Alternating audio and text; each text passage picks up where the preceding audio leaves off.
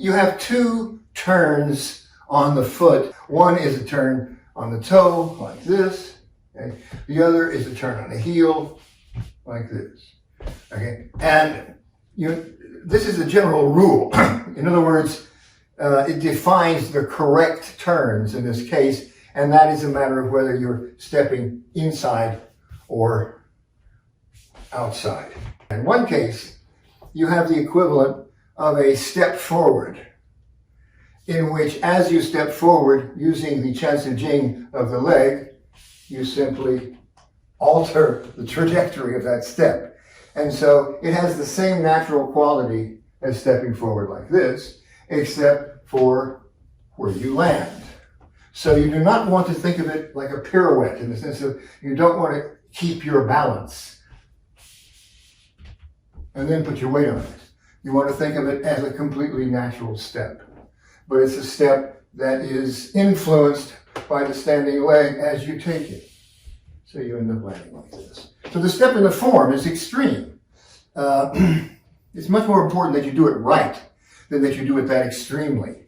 So you don't have to turn all the way around. So just make sure you get the principle that this is an amplification of a step like this. Now, the other move is more like a pirouette in the sense that you keep your balance here. It is not a step in which you fall into this leg. But what you're doing is you're following the movement of an opponent.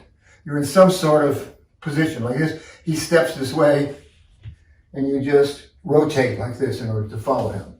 This may or may not be the best move at the time, but if that's what you're going to do, that's the way you take it. So this is what distinguishes these two steps, and it's pretty consistent. In other words, you would never follow the opponent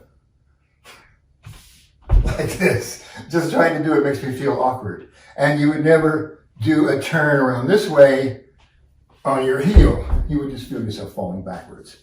So the actual correct steps, they're technical, but at the same time, they should feel very natural. So to conclude, just make it clear, when you turn, in the sense that you're closing the quad like this and turning inside, you do it on the toe, specifically right on the bubbling well, okay? When you do the outside, you do it on the heel completely, okay? Even think of it as the point of the heel. You're really going up. And you can do these moves, you can sort of motivate them by swinging the arms. This is the primitive way to do it. In other words, as I'm doing the toe turn, I swing my arms and that makes me step around like this. You can make a pretty smooth turn that way, and the leg is completely passive. And you can do the heel in the same way. You can go on the heel and then kind of throw your arms in this direction and the body will follow it.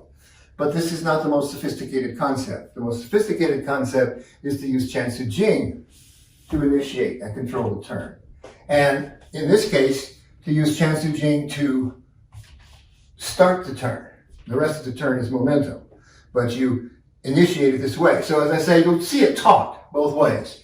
But the idea of using your arms to create momentum and then following it, that's a more elementary kind of execution.